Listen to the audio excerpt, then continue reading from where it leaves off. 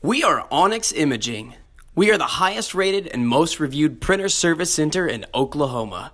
Hi, my name is John with Onyx Imaging. Today we're going to take a look at this Brother MFC J6710 printer. We're going to show you how to clean the scanner glass. Now the reason we're going to clean the scanner glass is we've noticed whenever we're making copies or scans, we've been getting lines and blemishes on our pages, and that's going to be an indication that there's something dirty on the scanner glass. So the first place I want to start is we're going to go ahead and open up the top of the scanner here. And you're going to notice there's two separate pieces of glass. You have your large flatbed scanner for doing your face down copies, and then there's a small strip of glass here on the left.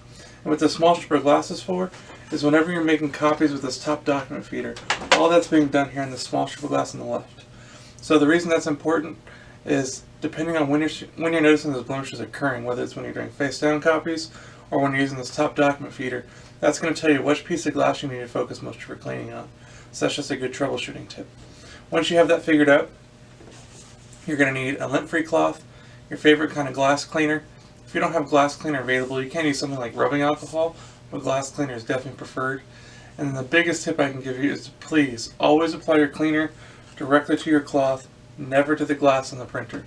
If you apply the cleaner directly to the glass on the printer, you're on a high risk of the cleaner seeping underneath the glass, and that can cause a lot more problems than you started with. So please always apply your cleaner directly to your cloth, never to the glass on the printer. After that, we're just going to go ahead and wipe everything down.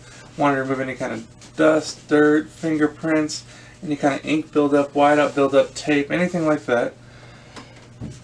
Keep in mind that some things like ink and whiteout can be a little bit more stubborn, require a little bit more elbow grease to get all the way off the glass.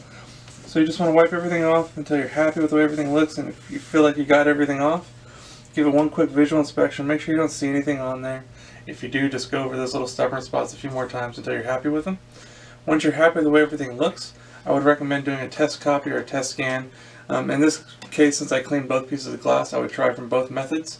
So I do both face down copy and using the top document feeder, making sure I'm happy with the results from both ways.